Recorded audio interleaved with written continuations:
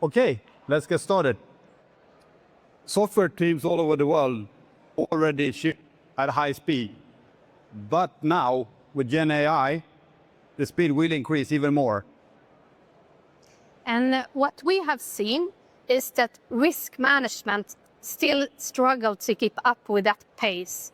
So what we will discuss today and share some reflections is on why and how can risk management keep up with the pace of software delivery. My name is Magnus, and I'm the CEO and founder of Nooga. Nooga is a company that builds software that embeds GRC capabilities into already established platform, example for software delivery. And my background is from software engineering, and in my previous job, I've been helping companies all over the world to build, deploy, and run complex software. And I'm Emilie. I'm the COO and also the founder of Nooga. I have a background from governance, risk, and compliance in different specialist and leadership roles, as well as a consultant. Okay, let's zoom out a little. If you look at my domain, software engineering, the term was actually coined back in the 60s when there was a happening called the software crisis. A lot of large-scale software projects failed. And as a consequence of that, the domain struggled for many years to find ways to build and deliver software at scale without big problems. And out of that, things like the Agile movement was born.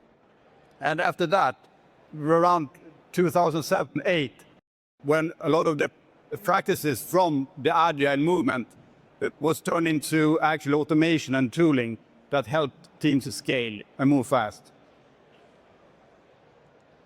And from GRC perspective, I bring another perspective.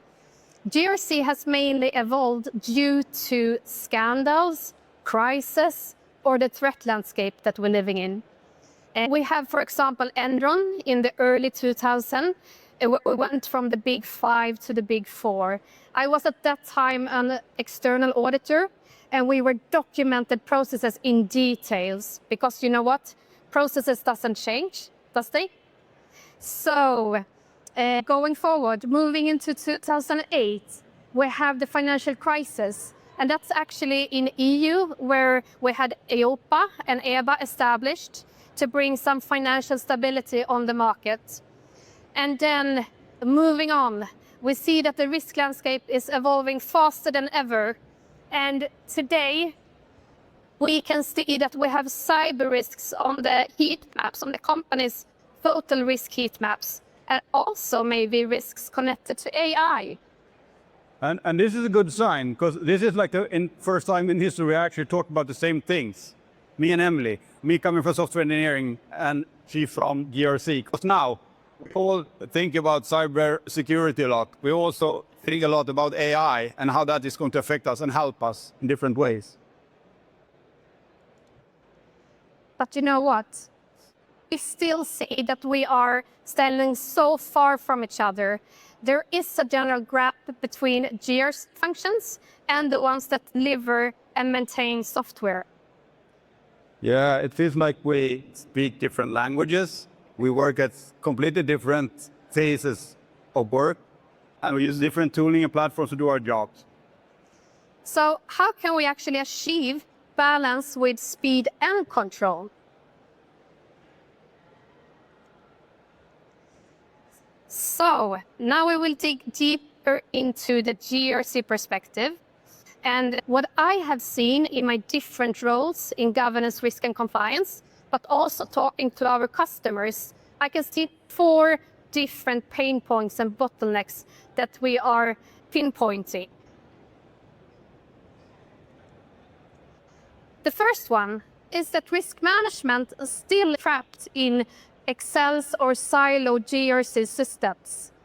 It actually never reaches the persons and people that works in the delivery, in the daily workflow, where the decisions happens.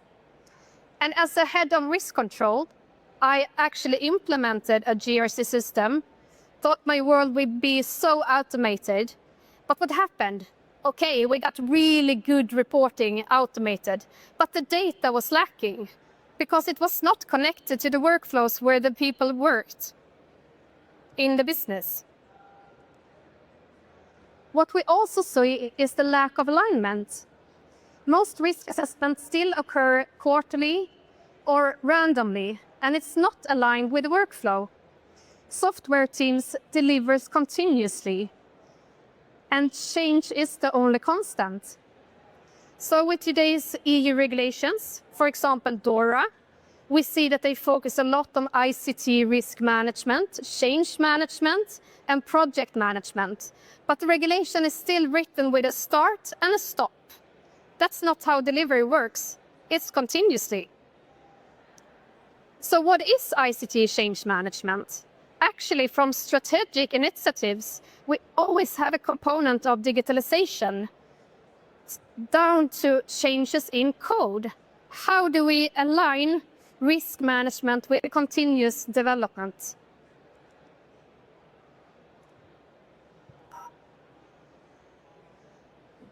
Another pain point we see is that risk management tends to be contextless.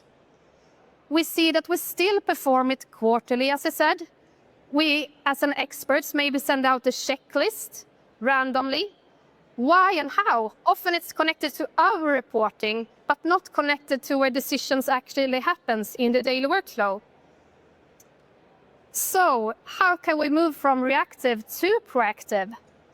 I actually had one customer that showed me a questionnaire that they were sending out to all the 100 dev teams. It was a questionnaire with 100 questions that they needed to fill out. But a lot of the answers to the questions are built in. They're already in the system and platforms that they work in. You just need to put on better glasses to view and monitor it continuously. So the best question I actually saw was one question asking the dev teams, do you practice good security? Yes or no? What do you think the dev teams answered?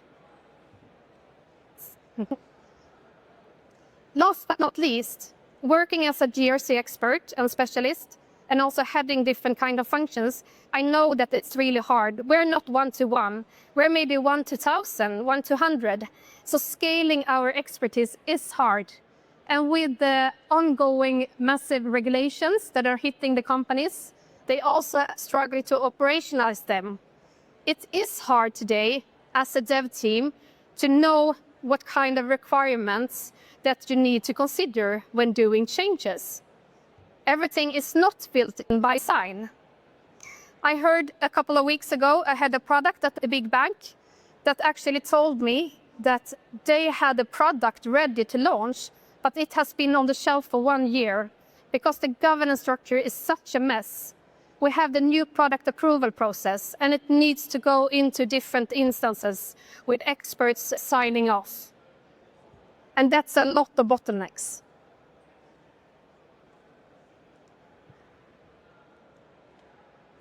Okay, and there is an opportunity to learn from history here as well. Because if you look at what happened back in 2007, 2008, with the DevOps movement, we had a similar problem. Teams wanted to deliver new features to customers fast to increase revenue or whatever for their organizations. And there was a problem for them to keep them at the maximum pace. And that was the operations department within IT that said, okay, this is moving too fast, stop, we can't do this is not good. And were they the bad guys? No, they were good guys because they were trying to keep things safe and secure, right, and stable.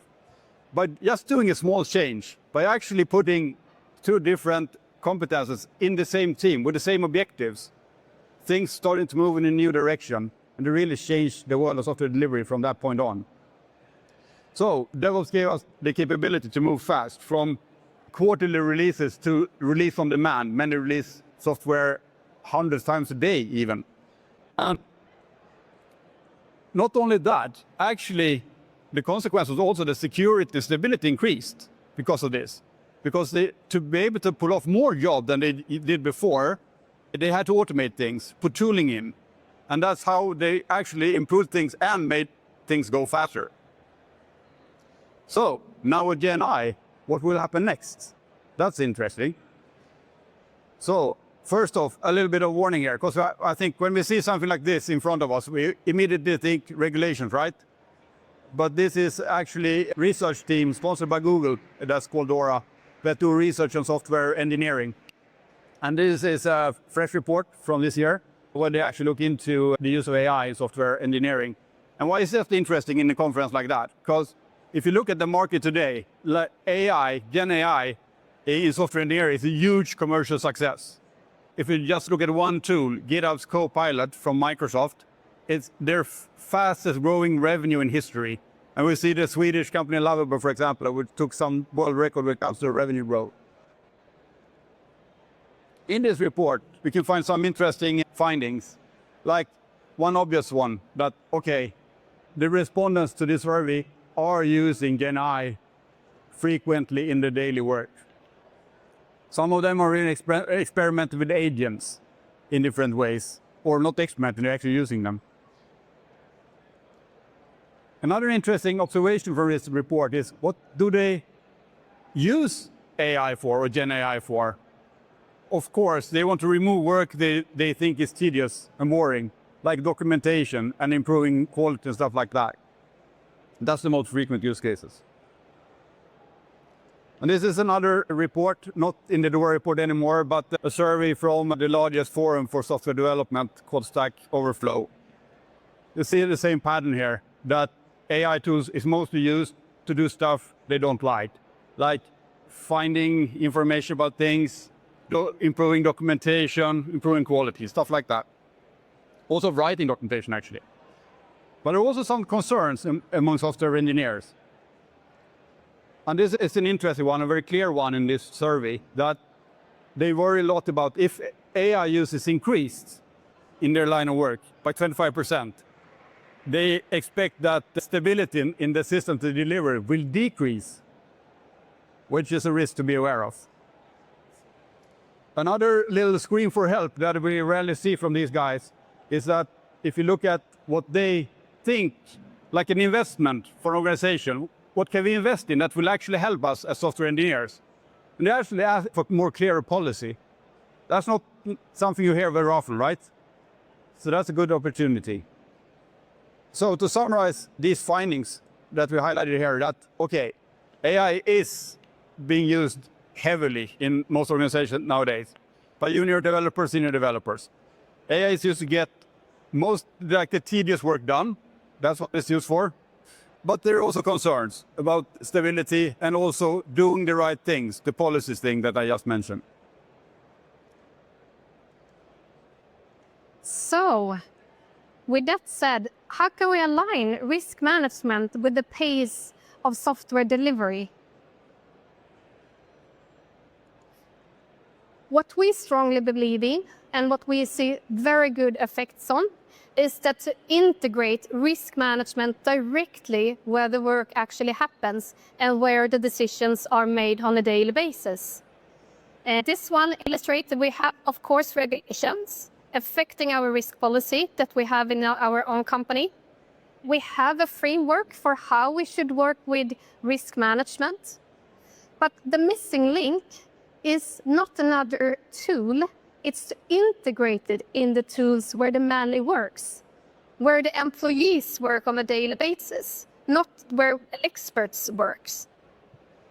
And this is an illustration of Azure DevOps, one of the most commonly used collaboration platforms hosted by Microsoft.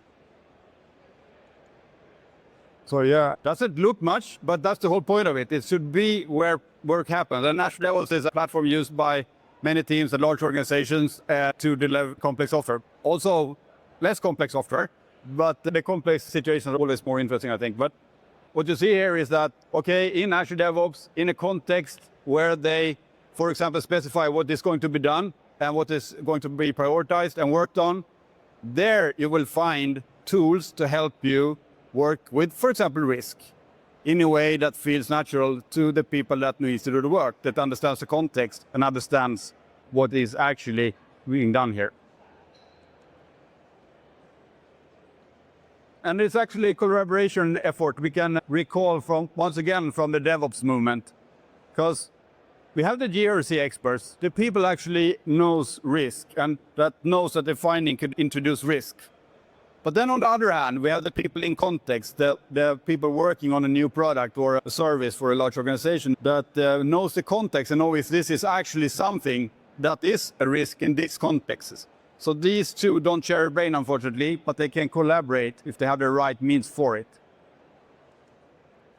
Yes, and even if we don't share a brain, we can share the context together. We can actually put risk management where the work happens in the context. Here you see, this is a strategic initiative for a bank, which will change the banking platform. They often describe, and it's a lot of work items connected to this initiative. Why don't put risk management where it belongs? To support the decisions that are made so you can prioritize the right effort at the right time. And it's actually so integrated so you don't see that it's an add-on. It's like the tabs, identify risk and assess risks. Yeah, and often another problem that Emilie mentioned before, like the 1-to-100 ratio problem, that meaning that the number of Emilies in an organization are like 1 to 100 people that needs her help. So how can we do this in a good way? In our case, a way to do this is, okay, when we have a team or many teams collaborating on, for example, planning for what they're going to do next when they deliver software or building software. When they are like in that moment, they are spending time on planning. Usually they think about risk. That's part of how many teams work. So the only thing is that usually it happens in siloed tools and they do it in a way that only makes sense for them. So what we do here is that we add a functionality. We use AI to help us here to do it in a way so they can catch results when they are working on this. So it makes sense for people that needs this information, for example, risk managers, to actually look at the data and come to conclusions about that. And basically, our AI assistant helps in different ways with it work, so the team can get help scaling the GRC expert here to get the work done and get quality risk data so they can work on it, but also others. So to summarize, we strongly believe that by putting risk management into a context and aligning it in the workflow where the delivery actually happens, we can get secure and compliant delivery without slowing us down. Thank you.